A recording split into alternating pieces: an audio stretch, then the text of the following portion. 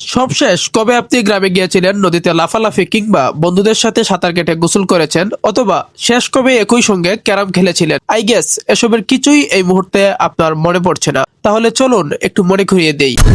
আজ আমি আপনাদেরকে বরিশালের এমন একটি গ্রাম ঘুরে দেখাবো যে গ্রামের প্রতিটা খুনে লুকিয়ে আছে শান্তি, আর প্রতিটা মুহূর্ত মনে করিয়ে দেয় গ্রামীণ জীবন আসলে কতটা সুন্দর।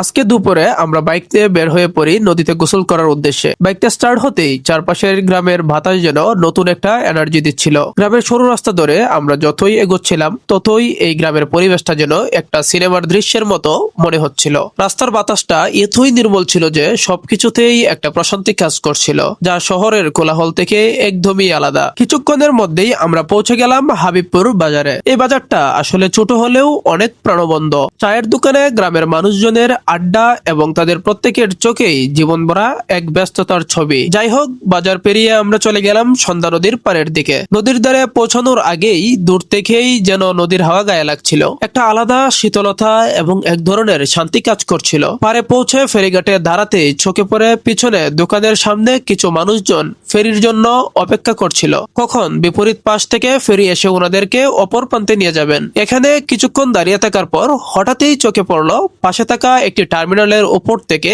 কয়েকজন বাচ্চা ছেলে নদীতে চাপ দিচ্ছে। তাদের এই লাফালাফির দৃশ্য দেখে এক মুহূর্তের জন্য আমি যেন হারিয়ে গেলাম আমার সেই শৈশবে। কিছুক্ষণ পর আমরাও চলে গেলাম টার্মিনালের উপর। সেখান থেকে নদীর ভিউটা অনেক সুন্দর দেখাচ্ছিল। এখানে কিছুক্ষণ দাঁড়িয়ে থাকার পর আমাদের বড় ভাইয়েরা ডাকতে শুরু করেন যে আমরা এখন যাব হাবিবপুর যুব সংঘে, যেখানটাই আমরা গিয়ে সবাই ক্যারাম খেলবো। বাইকে চড়ে এবার আমরা সবাই রওনা করলাম হাবিবপুর যুব সংঘের উদ্দেশ্যে। এবারের এই রাস্তাটা যেন পোস্টকার্ডের মতোই। রাস্তার দুপাশেই সারিবদ্ধ গাছ আর এক পাশে ডোবা। গাছের পাতার ফাঁক দিয়ে যখন সূর্যের আলো নিচে পড়ছিল, যা দেখতে খুবই চমৎকার লাগতেছিল। হাবিবপুর যুব সংঘে পৌঁছানোর পর আমরা তো আরো অবাক হই সেখানকার ওভারঅল পরিবেশটা দেখে। যাই হোক, আমরা সেখানে গিয়ে নিজেরা না খেলে আমাদের বড় ভাইদের ক্যারাম খেলা পাশে দাঁড়িয়ে এনজয় করছিলাম। কিছুক্ষণ খেলা দেখে আমরা বন্ধুরা মিলে ক্লাবের সামনে থাকা পাকা করা বেঞ্চে বসে গল্প এবং আড্ডায় মেতে ওঠে। এর একটু পরেই বড় ভাইরা আমাদের জন্য মুড়ি মাখা এবং কোল্ড ড্রিঙ্কস এর ব্যবস্থা করেন। এগুলো খেয়ে আমরা সরাসরি চলে যাই গোসল করতে, তবে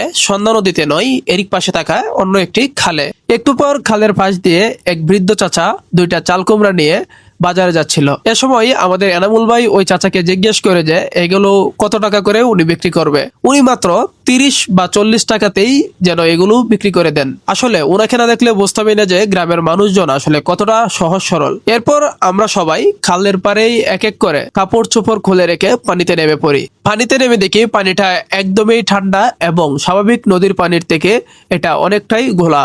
যাই হোক, আসলে অনেকদিন পর এভাবে খোলা পানিতে নেমেছি ইচ্ছে মতো কিছুক্ষণ ডুবাডুবি এবং সাঁতার কাটি আমরা। তবে এবার ঝর্ণা আসলেই হলো, যদিও ইতিমধ্যে আমার ঠান্ডা লেগে গেছে। ফেসবুক পেজটি ফলো করে দিবেন। দেখা হচ্ছে খুব শীঘ্রই নতুন কোনো ভিডিও নিয়ে। ততক্ষণ ভালো থাকুন।